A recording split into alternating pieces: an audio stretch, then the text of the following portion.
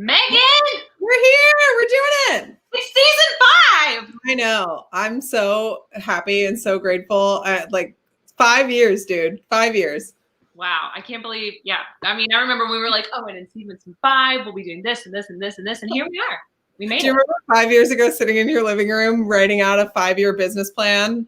And that now. None of those have happened. So for those of you watching, thank you for being here. We are City Lyric Opera. I'm Katie. This is Megan. We are the co-founders of City Lyric Opera, and we are so excited to bring you season 5, even though we're in the middle of a global pandemic.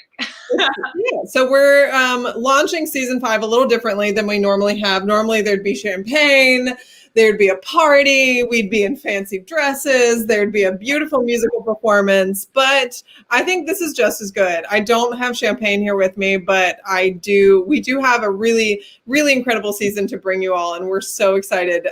We're so excited to tell you about it. Yeah, but first let's tell you about the program that's happening today. Yes. We're really, really excited to bring to you some beautiful performances. First, we have Matthew Pierce, a stellar tenor. He's in his second year at WNO right now, and he's fantastic. So we're excited for you to get to hear his performance. And then we have Elizabeth Novella, who's an amazing soprano, and she's going to be singing some beautiful music for you. And then we also will be having Lori Laitman, the composer of Uncovered, a new work she's writing, a new opera, we'll be doing the preview of Uncovered in October. So we'll have her join us to talk a little bit about that. And then we have the director for Three Penny, Attilio Rigotti. And we're really excited for that because he's going to talk to you about some of the vision and the ideas and the direction of the show that we've taken it since, when we planned this season, it was going to be all live in-person theater. And now it is all virtual. Yeah. So obviously due to COVID and due to the pandemic, we had to really pivot what we decided to do for the season and what we wanted to do.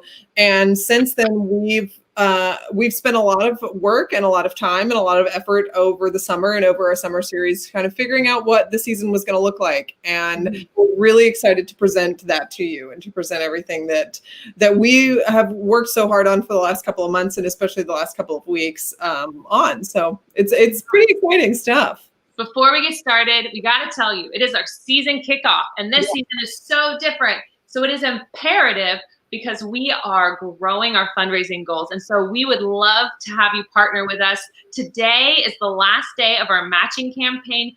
Please consider donating. Your gift goes twice as far if you donate today.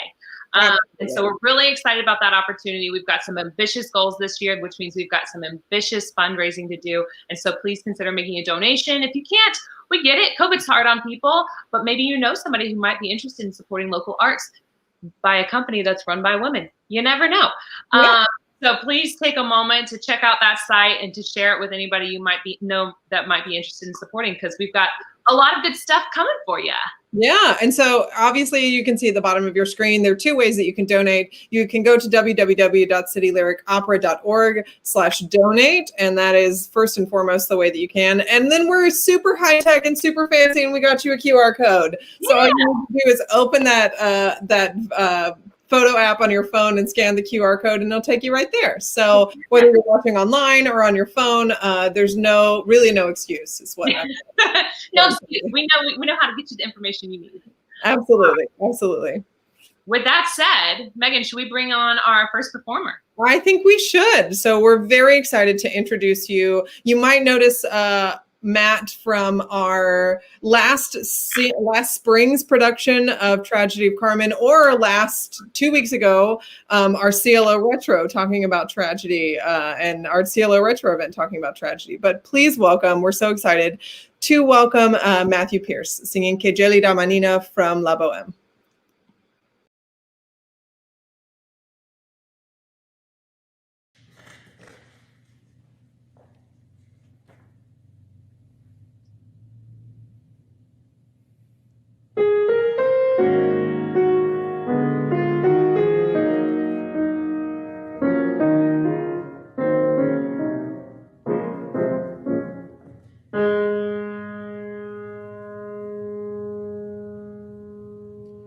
Che gelida manina se la lasci riscaldar, cercar che giova, al buio non si trova.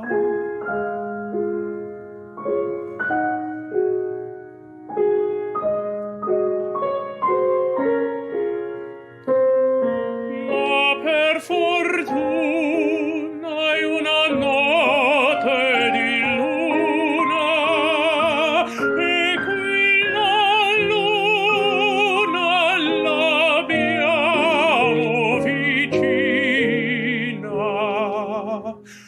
Aspetti, signorina, le dirò con due parole. Chi son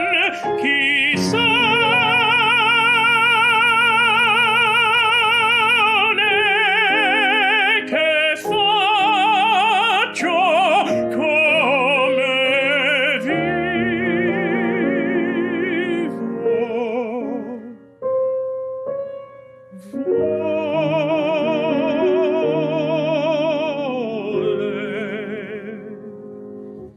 Chi son? Chi son? Sono un poeta. Che cosa faccio? Scrivo e come vivo. Vivo.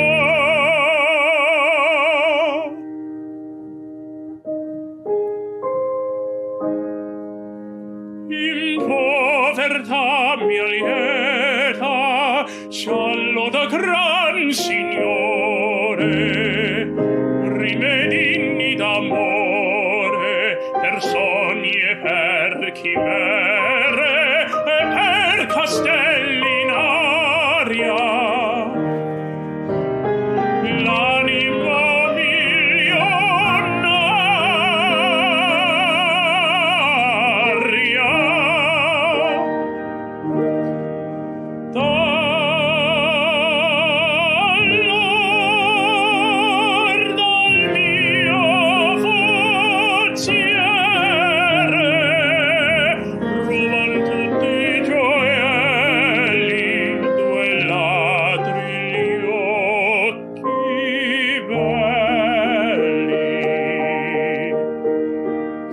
Entrar con voi pur ora ed i miei sogni usati e i bei sogni miei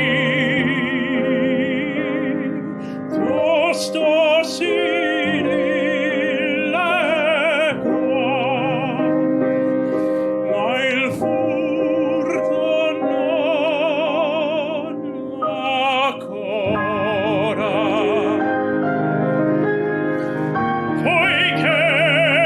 Poiché fa pregio stanza la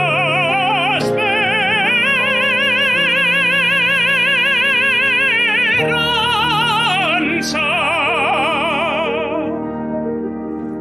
perché mi conoscete, parlate voi, e parlate chi siete.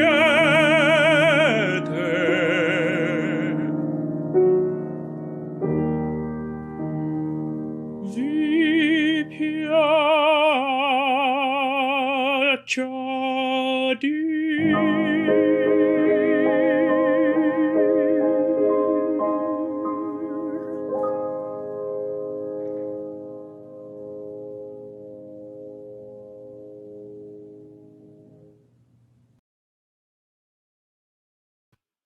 Oh my gosh. Wow. He's so Wait. fantastic. I Oh. love hearing him sing. Yeah, we're so thankful to Matt. And I'm not sure who was playing the piano for that, but I will make sure to credit them in the comments. I will find out from Matthew who was playing, and we will make sure to credit them in the comments for that. What? It was Jackson who was playing. Not on that one. Oh, I thought it was. Sorry. There we go. So we'll make sure that that's properly credited. But so we're so excited to continue moving forward and to welcome Lori Laitman on to talk about Uncovered for the fall. Yes. Hi, Lori. How are you? Hi, everybody. How are you? That was beautiful, Matthew. It was wonderful. It truly was. It truly was. Lori, how have you been? Thank you for joining us today. Yeah. We're so excited to have you.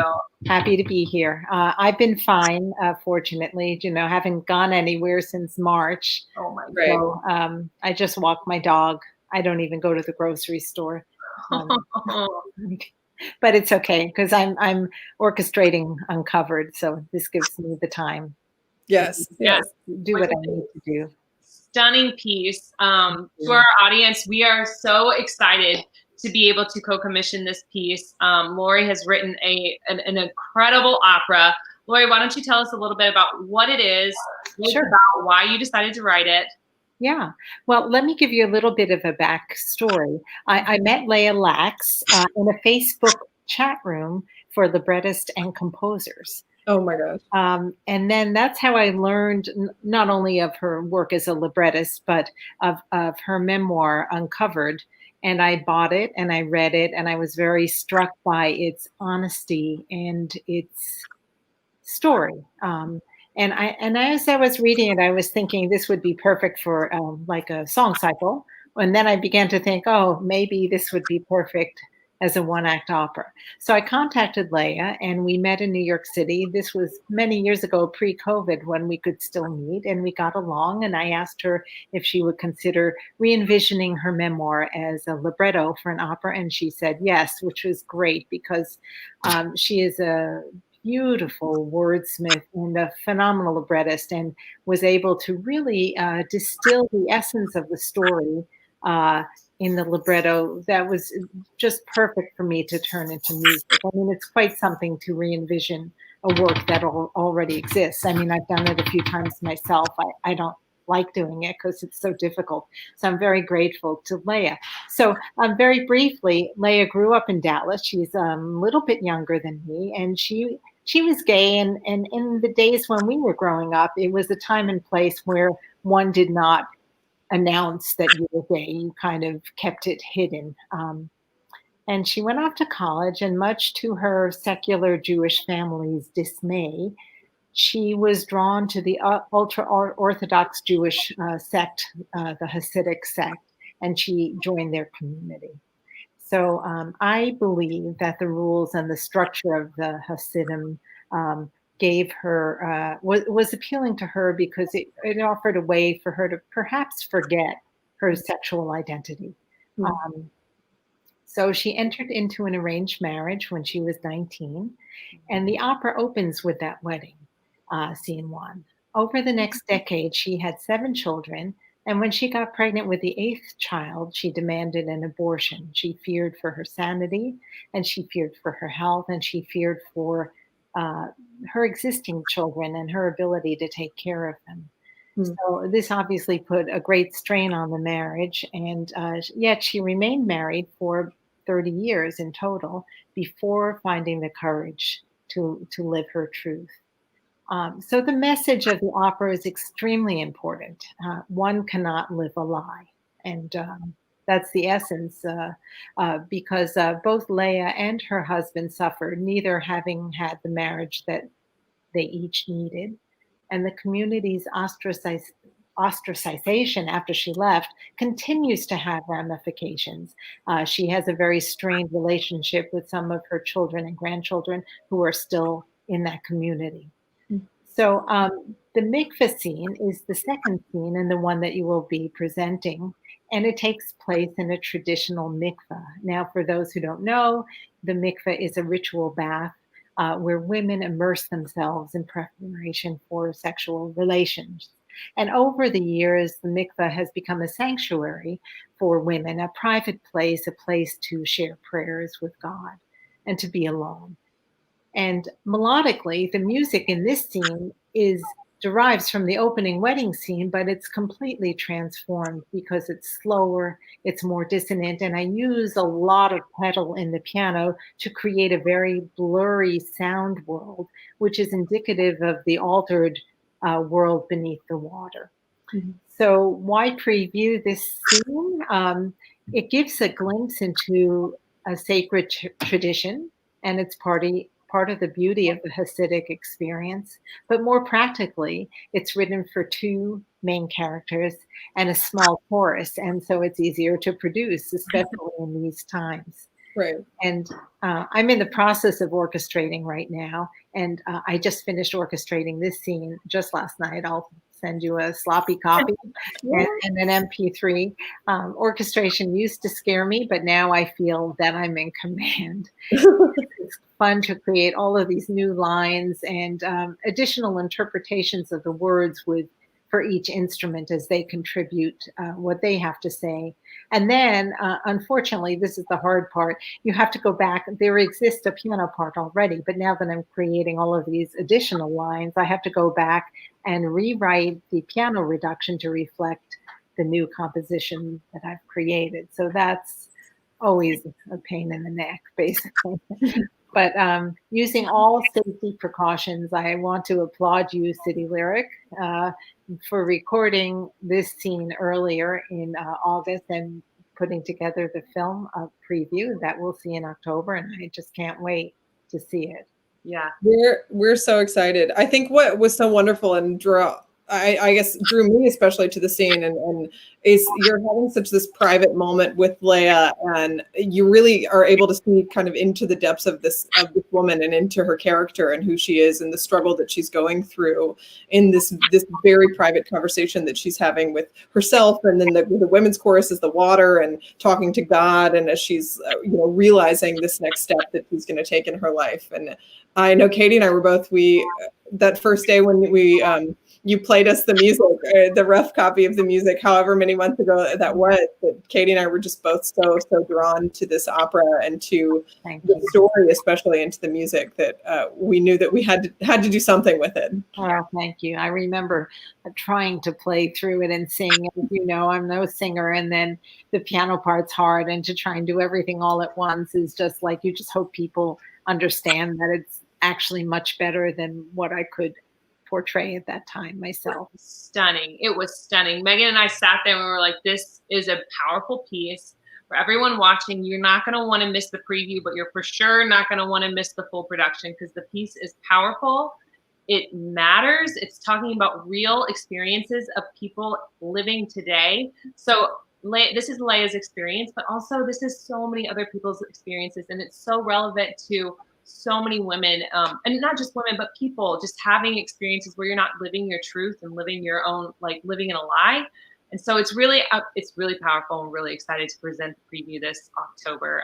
And we're so grateful for the opportunity. Thank you so much for reaching out to us and letting us have this opportunity. Because I also want to give a shout out to our dramaturg, Beth Greenberg, and our director, who has always the best ideas and thoughts about just little tiny changes that can make a world of difference, Absolutely. And I'm very grateful for that. Yeah. Our singers were raving about Beth. So for those of you, the process by which we've been doing all of this is that we have been recording in our COVID pods. Megan, if you want to show them, you can. Oh, yes. We've been recording singers in COVID pods. And before, they've been doing Zoom coachings. And Beth actually coached with them, the characters, and they were just raving about her. Yes.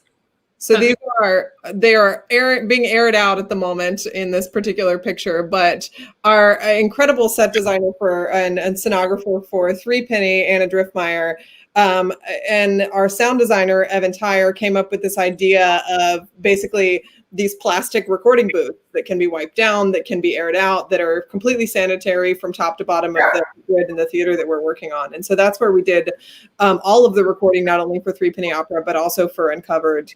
And it's been this really incredible experience recording a piece together and in being able to make music together in a room. And while you're separated through many layers of plastic and lots of disinfectant and lots of wipes and people wearing masks and everything, but this truly humbling experience of making music together once again. And I think it was incredibly powerful for us to be there and be in the room and facilitating that, but also for our artists to be able to be there looking at each other, singing together, making music again together after so many months. That it's been a really powerful experience all together, all the way around. And I think especially for this scene, made it that much more special. Yeah. And then when we were recording Rachel Polkar and Rachel Brownstein, who are playing the mikveh attendant and the Leia, they were singing together in this space. They were totally separated by plastic. They were 6 feet apart, all the things, right? But they're singing together with the piano, and it was just, we had chills. It's pretty spectacular to be able to listen to, and we're really, really excited for you all to hear it. And Lori, can't wait to share it with you soon too. Yeah, I really can't wait to see it. Absolutely. Well, that will be premiering October 8th and 9th. That will be a virtual premiere. We will premiere the scene of scene 2 in the mikveh, and then each night have a live panel discussion talking about the process, talking about how we got here. Lori will be joining us once again for one of those discussions, as will Beth, as our dramaturg and director, as will Leia herself be joining us, as well as Rachel Polakar and Rachel Brownstein and Jackson McKinnon, who's been our incredible music director throughout this entire process. Shout out to Jackson too for all of his beautiful understanding. I'm very grateful of my music. Yes. He has nothing but praise to give to you. He absolutely is loving working with you. Yeah. Thank you. So that's been a truly, truly incredible process for all of that. Yeah. So you can get your tickets now. They're online. They're on the website. They are live. Yes. Go get your ticket. You don't want to miss out. You don't want to miss out. Absolutely. So we're so excited. This is everything that we have going on online for Uncovered. And as Katie said, you can get those tickets online. And we're so excited to see you there. So that will be our first major production, or our first production for the 5th season, for the 2021 season. Woo! Thank you, Lori, so much for joining us. You're welcome. Thank you for having me. Thanks, Lori. See you later. Bye-bye. Megan, I'm so excited for Uncovered. Literally, it's so thrilled. So grateful to be able to do something like that. This is our very first Real Woman of Opera production. Yes. Oh my gosh. So for anyone that's not familiar with this, Real Women of Opera was a campaign that we started to highlight women in the industry, not only female opera singers, but also female directors, cinematographers, lighting designers, stage managers, set designers, everything, that to really highlight and be a champion for women in this industry. And so this translated into wanting to produce a Real Women of Opera production once a season and once a year. So Uncovered will be our inaugural Real Women of Opera opera that we are producing, and we're so thrilled. We're so excited to be able to bring this story to life. Yeah. So should we introduce our next performer? I think so. So next up, we have Elizabeth Novella, an incredible soprano. She will be singing Sombre Forêt from William Tell. So we're so excited to bring her on, and we can't wait for you to hear it. So please enjoy.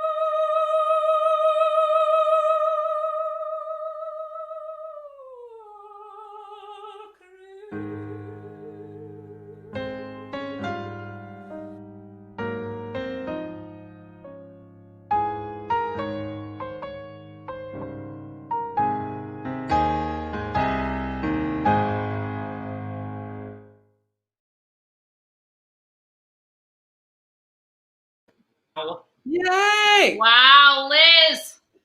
Yay! Amazing. Her high notes, the way they spin on the top. Oh, so incredible. So incredible. We're so thankful for both of our incredible musical performers this evening. And that was Liz, accompanied by our resident music director, Jackson McKinnon, on the piano. Yes. Yes. Well, hope you shall we enjoyed. talk Three Penny? I think we should talk Three Penny. Let's do it. So please welcome our director extraordinaire, gaffer, assistant lighting designer, person on a ladder. Like we're wearing many, many hats for this production. Attilio Rigotti. Hey. Hello. Hey, I like my new assistant lighting designer title. I think person on a ladder is probably the best thing I've ever been called on a set. We're hats for this one. So tell us how you've been doing. Tell us what you're thinking. Tell us what's going on with Three Penny. Why? Yeah. Oh my God, where to start? What a crazy, incredible project. I think the real question that came up, and I think it's what we were consistently asking ourselves in the beginning of this process is, so if we are going to do an opera in these times, what do we do? Mm-hmm. Right? And how do we do it? And I think the big sort of gift, challenge, problem, question, brainstorming session it all began was, we want to do Three Penny opera. We've always wanted to do it. We think it makes sense to do it. But how do we do it? And more importantly, then the question becomes, should we still do it? Does it make sense in this time frame, in this timeline of like the world we're living in, right? Is this what we want to be asking, right? And I think the first thing we all sat down a little bit and talked all together was that we think it still makes sense, and if, as a project. And I think, the timeless of Three Penny is an incredibly political text, right? And so there's many things of why Three Pennies is a complicated text and altogether, and why we think it's such a delicious opera altogether. So first of all, it calls itself an opera, but when you listen to it, you're like, is it an opera? Is it a musical? And then people who like are musical people will be like, no, it's more of an opera. And then the people who do opera say it's more of a musical. So it lives in this in-between state. So it's already like a weird creature, I think, on its own, right? Which is why I think it's sort of wonderful as an experience. But it's also a deeply political text, which I think is super exciting for as it. A deeply political in a time where politics are incredibly important, in a time where politics are just all over the place, in a time where we're about to go into an election. And so the question becomes, can we do this? Should we still do it? Absolutely, right? It still feel like it makes sense. But the question is, how do we do it, right? How do we do it both on technical and how do we do it content-wise, I think, no? Yeah. If anybody listens to it, I feel like, it's a beautiful play about 1930s Weimar Germany. And there's a lot of jokes around the police and the government. And you go, so why should we do it now? Right? Because 2020. Yeah, in 2020, right? Like in the US. Right. So that's like so I think, before we even dreamed about how we're going to do it, I think the question becomes, what is it going to say now, right? Mm-hmm. And I think if anybody is an opera or a Brecht expert, you'll read into it that he's really he's a Marxist at heart that criticizes really the capitalist structures that were at play in that time, right? Now, is there a big conversation to be had about capitalism nowadays? Absolutely. But I think if you dig a little deeper, right, it really becomes a story about a story about systems, right, and systems and how these systems maintain themselves, and so therefore it becomes really a question about power. Yep. And I think that's when we were like, yes, like that's why it's still important, because power is exerted in our communities in so many different ways. Mm. And I think anybody who's like present in the contemporary moment in the US can see that power is being exerted in political ways, around questions of race, around questions of class, around questions of economic, of status, right? And so I believe, like a great discussion we've been having consistently with all of us involved in this production and the team altogether is to be, how can we make it about something larger than just capitalism and really make it about these questions, these systems of power and how everybody is involved in exerting some power against each other, really, and all in this idea that like we do this to survive, right? Yeah, absolutely. Yeah. This vision is it's so great, because when we planned Three Penny back in November and we were casting for it last December in auditions, we had no idea that 2020 would be a thing. And then the pandemic hit, and we were all like, we had to postpone Hansel and Gretel, and we were going, okay, well now what for 2020 this season? 2020, 2021. Do we postpone the whole season? That's what a lot of companies are doing, and it makes sense financially. And also, the reality is, if you are going to do anything, it has to be virtual. So how do you make something virtual make sense, or how do you make opera make sense in the virtual realm? And how do you actually do it well and do it in a way that is it's just as moving and just as powerful as something live? And so when we were exploring all this and we were fortunate enough to meet you, you took that and you brought it full circle. In fact, I think that the production we're putting out of Three Penny is better than any production we could have done on a live stage. Absolutely.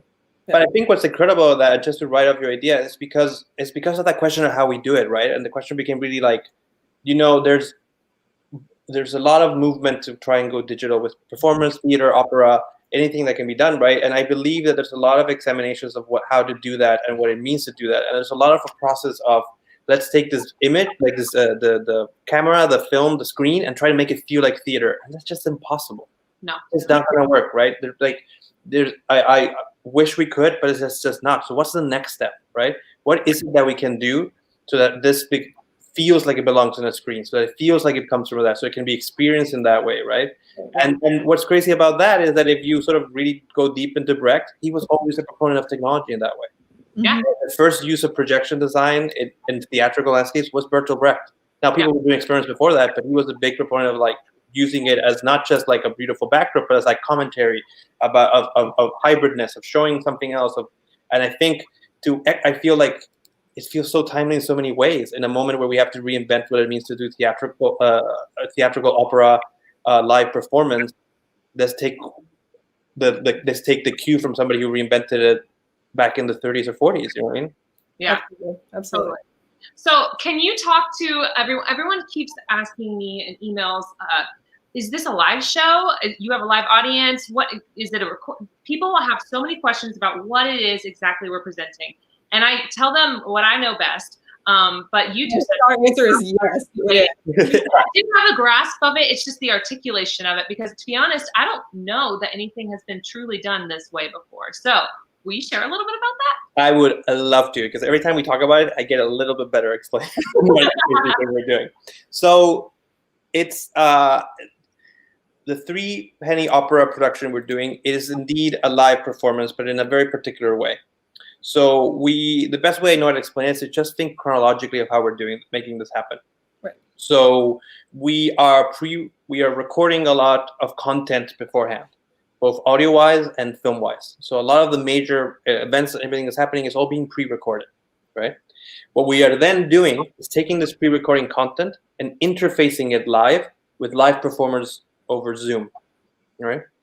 Then so you have a pre-recorded footage and live actors that are responding to that. And then the crazy experiment we're going to do, and I'm 100% sure this is going to work now. If you asked me 3 weeks ago, I'd be 95% sure. And then we have this live actors, this pre-recorded content, and then we're going to have live audience members be a part of it as well. A very limited live audience members. So what you have then is this interactive event that happens between you, pre-recorded content, actors that are helping you interact with it and everything. So the hope is that the big experiment is like we sit right in the middle of the spectrum between live and pre-recorded, right? Just like Brecht sits right in the middle of that, and Brecht and Weill live in the middle of that opera and musical theater. We're like, it's not film, it's not live performance, it's something in the middle, yep. Right? And so the hope is that then you get this really intimate experience that changes every night, because even if the pre-recorded content is the same, how you interact, how the actors respond, what you're bringing into the table is very different, right? Mm-hmm. Now, let's say you're a little scared and you don't really want to be so much interacting, then you can also just stream the live event with people who are interacting, right? So you can also, we will be broadcasting that so everybody can see those live little moments. But I think it feels really intimate, because in a way, it's an opera for 15 people, you know what I mean? Yeah. Yeah. Absolutely. I'm so excited for the live audience element, because I think that harkens back to when we originally founded this company, that we wanted to find a way to create accessible opera. And I don't think that there's anything on earth that's more accessible than this. And we're literally bringing opera into people's living rooms and people's homes and causing them to interact with it. Yeah. And I think, and in a new, different way, right? It's like the big question every artist I think is making right now is, how do we go quiet, or we try and stay present? Mm-hmm. What does that mean? And I think the correct answer is, how do we stay present? Right? So what does it mean? What does it make to make opera in a moment like this, right? What does it mean to make art in a moment like this? Mm-hmm. Both content-wise, but format-wise, like what is it that we do, right? And the question is always, what's the next step? Yeah. Yeah. And in those conversations, I mean, we had that conversation a lot, and because it was like, you want to stay present, you want to stay relevant, you want to stay in the know and move forward with everything, but how? That's the big question, especially with opera, because part of the joy and beauty of opera is being in the room with that live voice and that live orchestra.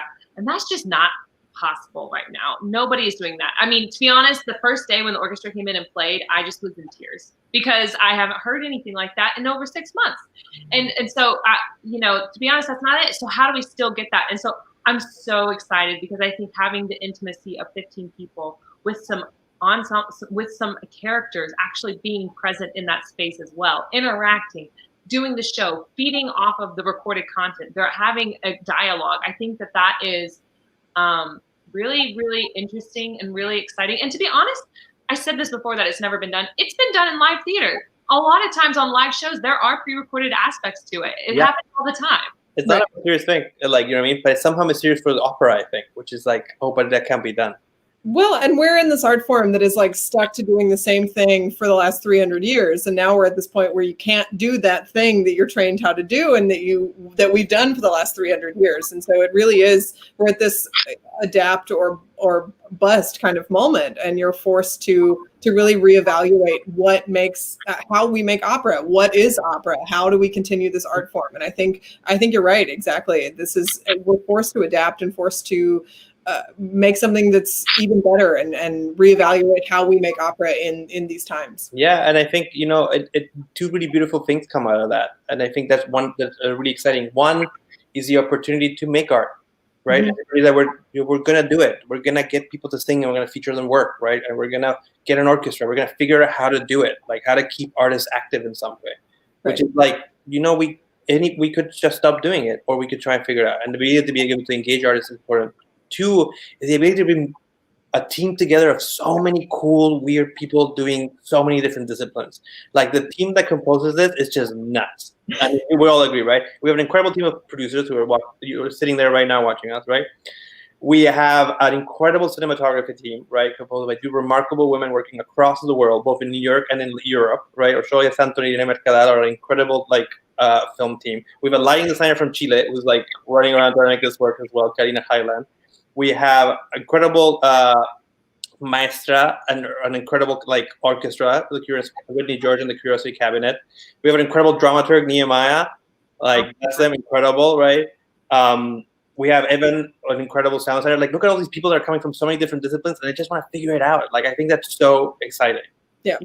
I think one of the biggest exciting things for me is, and I was talking to my husband about this today, I am just floored because the team we have pulled together, the production team, but also the cast, to be honest, everybody involved in this project is so freaking talented. I feel so blessed and fortunate to be working with everyone. Yeah. And not only that, everybody is so game and willing to just go the distance and make this happen, and try new things and be a little weird because it's not comfortable. It's not what we've been trained to do. And right. I can't express how moving this whole experience has been, just to see how we pulled together and the product we have. I'm sorry, world, you're gonna have to wait till October 29th, but it is freaking awesome. It is incredible. Yeah. So shout out to the incredible sonographer, right, Anna Driftmeyer, and their assistant Chris, right? Yes. But again, but I think what's so exciting is that it's a bunch of weirdos who are very experienced in what they do very well, and now are bending everything to make something different work. You know what I mean? Like that. It's just everything is just their skills, and Karina's a lighting designer. She's trying to light for film within a theater context, and then being pushed for me to be push make it really colorful and weird. So, everybody and I think everybody's really excited about that because they're learning from each other, right? So they learn how to do film, and then Whitney learns how to work in the recording setting, and then Anna has created all these sets that work for our box light sets that work. It's just incredible, right? Right. The last thing to add too is, sorry, I totally forgot when we were talking about Zoom, but just to add about that experience, right, is that if anybody's seen a play over Zoom, right, there's a lot of boxes and there's a lot of floating heads, and you're kind of just watching that, right? We're big supporter of that, but we're trying to really radicalize this. So we're actually hacking into Zoom with a couple of different softwares to reconfigure the layout of how you watch this too, right? So not only do you get all this experimental liveness, but also everything you expect to see in a Zoom call is kind of messed up. We will turn it over its head and bring it up and bring it down. Yeah, I don't love calling it a Zoom opera because while Zoom, we have a lot more going on around it. So I feel like it doesn't give a due credit to what's happening. So for those of you watching, yes, it is a Zoom technically opera, but it is far different than anything you've experienced. And so you should definitely. The only Zoom thing about it is that you log in on Zoom, but that's kind of it. And that's only if you're a part of the live audience. If you're not a part of the live audience, you're not experiencing it as Zoom really at all. Correct. Yeah. It's a boxy opera. It is a boxy opera. We're leaning heavily into the boxes. I've strengthened all my box puns for my social media and everything. Yeah, it's so good. Yeah. Well, we're so excited, and we want to make sure everyone knows where to get their tickets. You can get your tickets now. They are on sale. We have 9 shows, folks, but they are in 2 parts. So if you're going to come to this show, you need to buy part 1 and part 2. And just so you know, you're not going to want to miss out on either part. There's going to be interactions and ways for you to be involved and keyed in throughout between the two parts. It's not going to be something you're going to want to miss. So go get your tickets. They're online now at www.citylyricopera.org/tickets. And you should go get them, because go get a live ticket, because those are limited. 15 seats per part. Yeah, only 15 tickets per part. So 15 tickets. If you want to see be on the live audience, you got to get those before they're gone. So, well, thank you, Attilio, for joining us. Do you have any last words? I'm stoked. I'm so excited. I think I just want to, everybody, I want to take the moment to also praise our team of producers, because it's really risky. Like, we're taking a lot of risks, right? And we are doing it with a commitment to safety. We're doing it with a commitment to innovation. We're doing it with a commitment to diversity, inclusion. We're doing there's a lot of moving parts here, and we're really, I think everybody is excited about the challenge and staying to the rules, and using that framework to create great work, rather than ignoring it, being unsafe, or not really caring and going the easy way out. Right? There is an easy way out of this, and we're not taking it. I'm thrilled about that. No. Thank you. That means a lot. We are really, it's worth the risk, every bit of it, because every moment that we get to create this project and get to create something together is a dream, truly. Yeah. Absolutely. Thank you so much for joining us. Absolutely. Thank you for having me. Get your tickets. Don't miss it. And we start shooting tomorrow, everybody. Wish us luck. Yay. Thank you. Oh, Megan, we're so fortunate to have like some pretty incredible people that we work with. Lori's phenomenal. Attilio's phenomenal. Everybody that we have working on each of these projects, they're so talented. It's really, I mean, I just feel very privileged to be able to work with the people we do.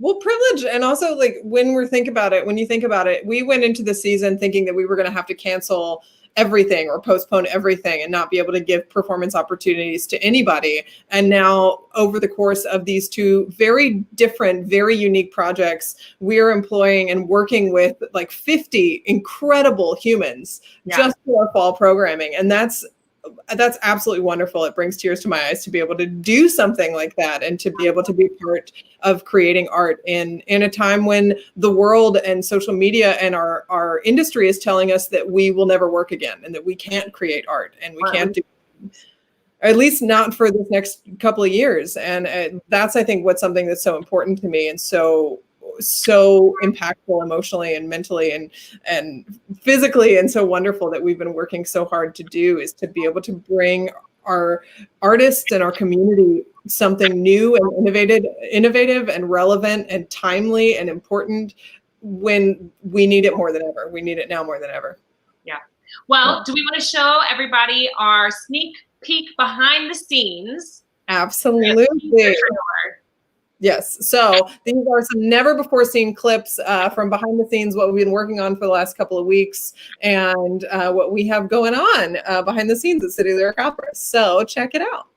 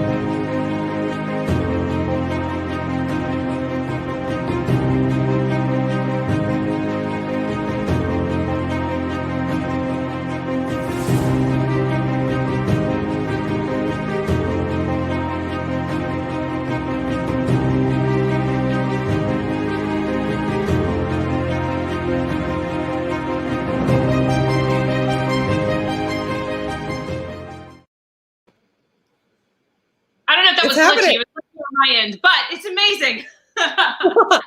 It works on my end, so hopefully that works. The beauty of technology is that it is as imperfect as live theater is. So we're doing okay. Excited for what's going on. We've had amazing people working really, really hard and being very conscious of COVID. I don't know if you saw in there, everyone's in their COVID pods while they're singing out. If they're not in their COVID pods, they're wearing their mask. We are sanitizing every time new people are coming in. We never have more than 10 people in the space. We are constantly being cautious, and every day when people come in, their temperatures are taken. We're taking questionnaires. Everything is safe. Everything is up to code with COVID, and we are so fortunate to be doing the work we're doing. Absolutely. We've had some really, really incredible partners this season. I can't let this go out without shouting out to one person that we forgot with our 3 Penny team was our incredible stage manager, Lucy Corsi, who is the thread that brings everybody together. At the end of the night. And also our working with the Here Arts Center is where we're filming a lot of this, and that they have truly been a dream to work with. It's been truly incredible and a wonderful experience, not only for us to be in a theater again, but also to be working with them on these COVID regulations to make sure that everything is up to code and is as safe as possible, as safe as we possibly can be. Yeah, no, the Here Arts Center, we cannot shout their praises enough. So you all should all support them as well because they've been incredible. So with that, I think season 5, here we are. We're launched. They consider us launched. So I will. Done. Yes, it is done. The launch is happening. We're here. We're so excited for it. So I will say one more time, we can't leave you without asking again for your support for this season. We have an incredible, incredible season to bring you. I hope that this has inspired you and everything that we have going on. So if you feel compelled to share the word about what we're doing and to also share with your network, or to donate your money or your time or your support or your love or your friendship, we'll take all of it. So I'll say it one more time. Today is the last day for the matching campaign. So make your donation go twice as far by donating today. Absolutely. Megan's putting that link up. I am. Get there. Yes. So you can go to www.citylyricopera.org/donate, or you can click on our fun QR code there, and that will take you straight to our donation page to be able to make a donation towards the season. It's our last day for our matching campaign, and any dollar amount helps us to continue to bring art towards the community and for our artists. And we're so thankful for every single dollar of support that you've given so far. Thank you all so, so much for joining us. Here we go. We'll see you in October. Get your tickets for Uncovered and 3 Penny. They're up for sale now. Yes, so check us out on the website. Thank you all so much for tuning in, and we can't wait to see you at all the events this season. Bye. Bye.